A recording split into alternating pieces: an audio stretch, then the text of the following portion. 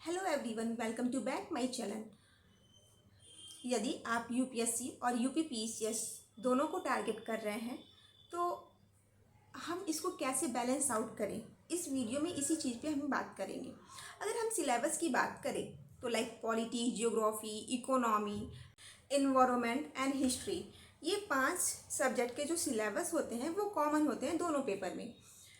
लेकिन अगर हम साइंस की बात करें तो साइंस का जो सिलेबस होता है वो डिफरेंट होता है। अगर हम यूपीएससी में बात करें साइंस की तो वहाँ पे साइंस एंड टेक पे, करंट अफेयर पे फोकस किया जाता है। लेकिन यूपीपीसीएस में साइंस में biology and physics and chemistry पे ज़्यादा फोकस होता है। तो सब अब ये तीनों में भी हमें ये देखना पड़ेगा किस में ज़्यादा फोकस होता है। तो बायोलॉजी पे ज़्यादा फोकस होता है यूपीपीसीएस के लिए। और यूपीपीसीएस के लिए आपको यूपी से स्पेशलाइज चीज़ें भी पढ़नी पड़ेगी क्योंकि ये एक स्टेट पेपर है। तो इसमें यूपी से रिलेटेड भी हमको पढ़ना पड़ेगा। और सेम थिंग यूपी से related geography, history, economy and UP budget भी हमें पढ़ना पड़ेगा इसमें। लेकिन यूपीएससी के लिए हमें यूपी बजट नहीं पढ़ना होता है। अब दोनों को बैलेंस करने के लिए हमें पीवाईक्यू भी देखना पड़ेगा क्योंकि हमें ये पता होना चाहिए कि किस टाइप का पैटर्न है, यूपीएससी में कैसे पूछ रहा है एंड यूपीपीसीएस में पेपर कैसे आ रहे हैं।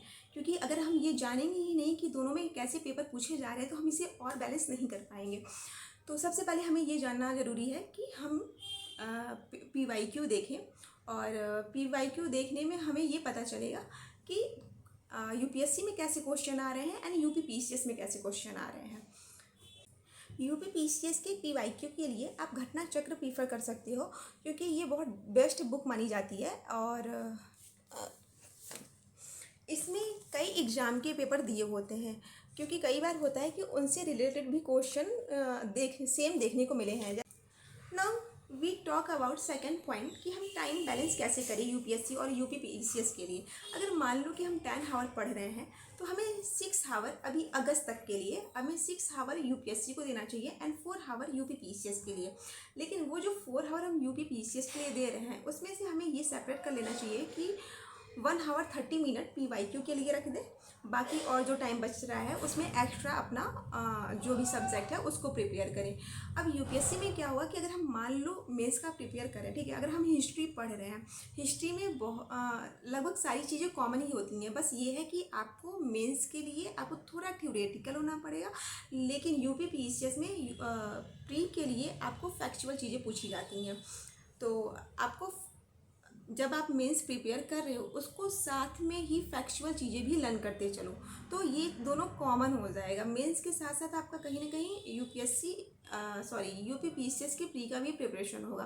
तो वो जो 4 आवर है उसमें तो आप यूपीपीसीएस के लिए अलग से करोगे है ही, रिवीजन और पीवाईक्यू, ठीक है। लेकिन जब आप यूपीएससी के मेंस का प्रिपेयर कर रहे हो तो उसके साथ साथ आपका कहीं ना कहीं यूपीपीसीएस भी रिवीजन होगा।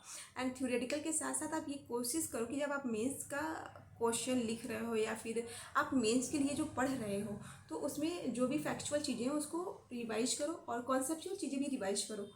तो आपका इससे दोनों ही प्रिपेयर होगा कि अगर आप हिस्ट्री प्रिपेयर कर रहे हो तो दोनों को मतलब कोशिश करो कि यूपीएससी और यूपीपीसीएस दोनों को ही टारगेट करके अपना हिस्ट्री का सारा सिलेबस कवर करो। अगर आप जियोग्राफी के लिए कर रहे हो मेंस के लिए तो काफ़ी चीज़ें डिफरेंट हो जाती हैं। जैसे कि अगर यूपीपीसीएस में बात करें तो कभी कभी पूछ लेता है नेशनल पार्क, इस टाइप का क्वेश्चन, मतलब फैक्चुअल क्वेश्चन पूछते हैं कभी कभी जियोग्राफी में, कि जैसे कि दुधवा नेशनल पार्क कहाँ पे है। एंड कभी पूछ लिया कि रामसर साइट रिलेटेड से क्वेश्चन। तो ये सब हमें लर्न करना पड़ेगा, ये एक्स्ट्रा थिंग है। ये एक्स्ट्रा थिंग को हम ये 4 आवर वाले टाइम में कवर करेंगे। लेकिन कुछ ऐसे हैं जो कॉमन है। अगर वर्ल्ड जियोग्राफी की बात करें तो काफ़ी चीज़ें उसमें कॉमन है। काफ़ी टॉपिक ऐसे हैं जो कि क्या कहते हैं कि आप दोनों को साथ में प्रिपेयर कर सकते हो, दोनों के लिए, यूपीएससी और यूपीपीसीएस के लिए। बस जो फैक्चुअल चीज़ें हैं उसको ही आपको अलग से टाइम देना है। तो अब हम बात करते हैं अपने थर्ड पॉइंट पे कि क्या करंट अफेयर के लिए अलग अलग रिसोर्सेज पढ़ने की ज़रूरत पड़ेगी यूपीपीसीएस और यूपीएससी के लिए। तो नहीं, अगर आप जिस भी रिसोर्स से यूपीएससी के लिए प्रिपेयर कर रहे हैं करंट अफेयर, उसी से आप यूपीपीसीएस के लिए भी प्रिपेयर कर सकते हैं। बस आपको ये ध्यान में रखना है कि जो पैटर्न है वो क्या फॉलो कर रहा है, यूपीएससी में क्या पैटर्न चल रहा है एंड यूपीपीसीएस में क्या पैटर्न चल रहा है। जैसे कि अगर हम G7 की बात करें तो यूपीपीसीएस में अगर क्वेश्चन आएगा G7 से रिलेटेड तो इसके कंट्री मेंबर कंट्री पूछ लिया, एंड ये पूछ सकता है कि कितने कंट्री हैं, थीम पूछ सकता है। तो ये कुछ बेसिक सा क्वेश्चन आते हैं यूपीपीसीएस में। बहुत ज़्यादा डिटेल में एनालिसिस नहीं करके पूछता है तो कुछ, हाँ, लेकिन ये फैक्चुअल पूछता ज़रूर है कि ये कब इस्टेब्लिश हुआ। ये सब क्वेश्चन इस तरीके से आते हैं जो मतलब सन वगैरह आपको लर्न करना पड़ेगा।